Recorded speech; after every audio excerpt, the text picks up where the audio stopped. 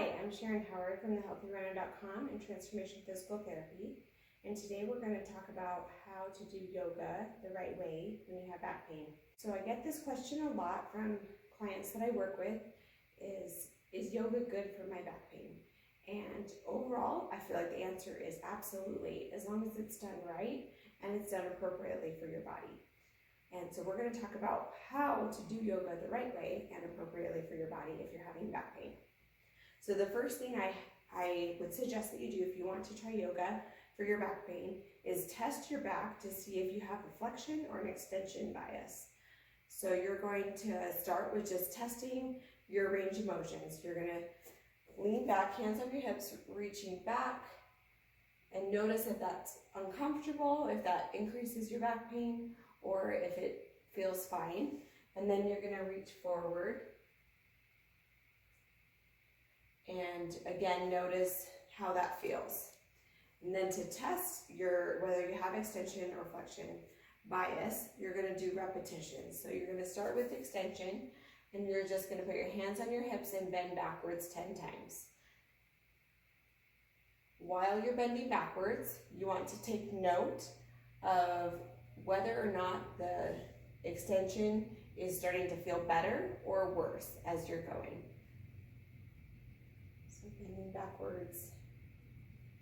If by the 10th time of your extension you feel like your back feels better, then you, at that point, also test your flexion. And as long as it hasn't made your flexion worse, then you'd be considered an extension bias, okay? And if that doesn't seem to change anything, then you're going to do the flexion test. So you're going to just do the reverse. So do 10 forward bends to see if your back pain improves or gets worse with forward bending repetitions. So just reaching towards your toes and coming up. Toes, coming up.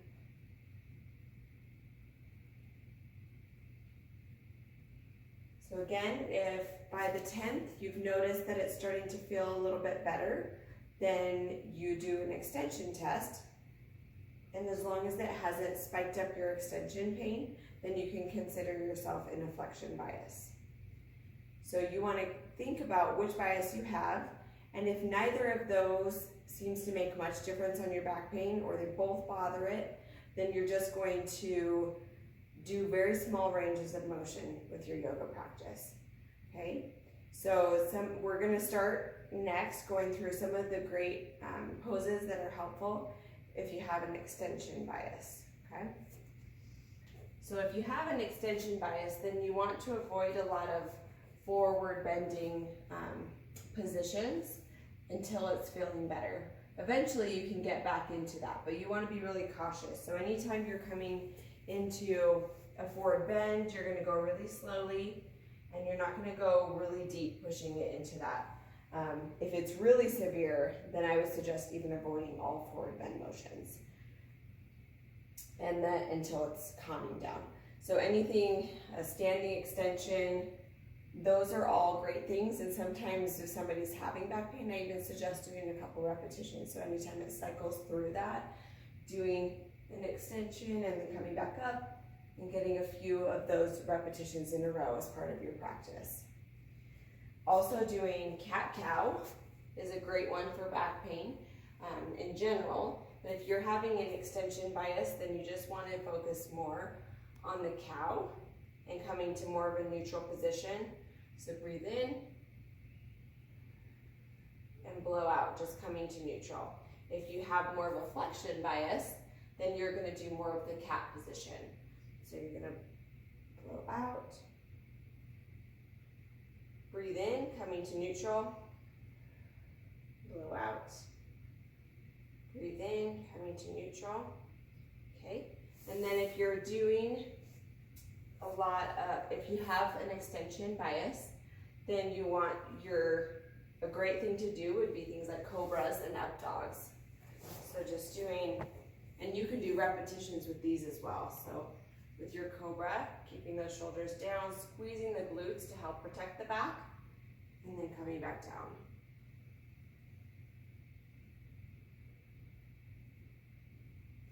And I actually find that cobras are more beneficial in getting that that extension bias in a supported way than doing up dogs, as up dogs tend to get a little bit more, not as extreme extension in the low back. So I would suggest doing up or cobras if you're having low back pain with an extension bias.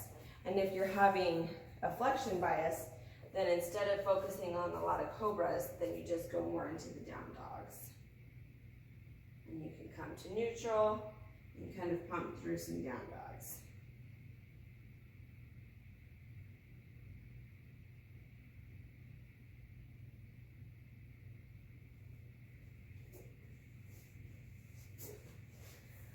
Right, so a few other things to be aware of when you're when you have back pain is avoiding any extreme spinal twist. So doing some, working into that motion, just listening to your body and making sure that you don't feel any discomfort in your low back, just really being aware of that.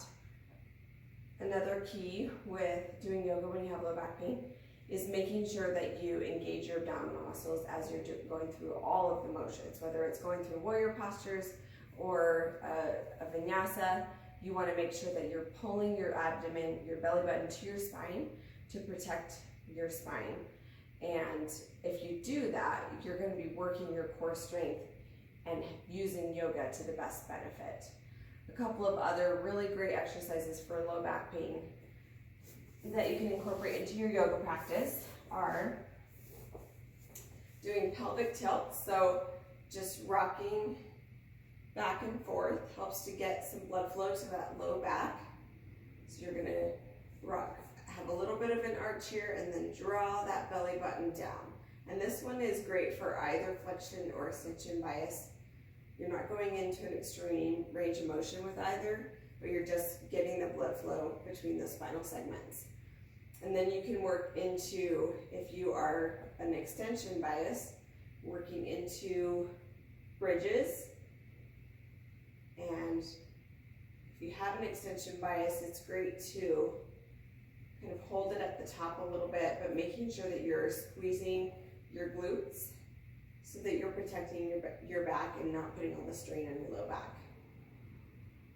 If you have a flexion bias, then doing things like dead bugs, you can do a modified version where you have one leg down at all times, or you can do more of the reverse tabletop position where you're going to alternate. Either one you're doing, you want to make sure that your back is able to stay flat and that you're not arching in that low back. So I hope that was helpful. If you have questions, please leave them in the comments.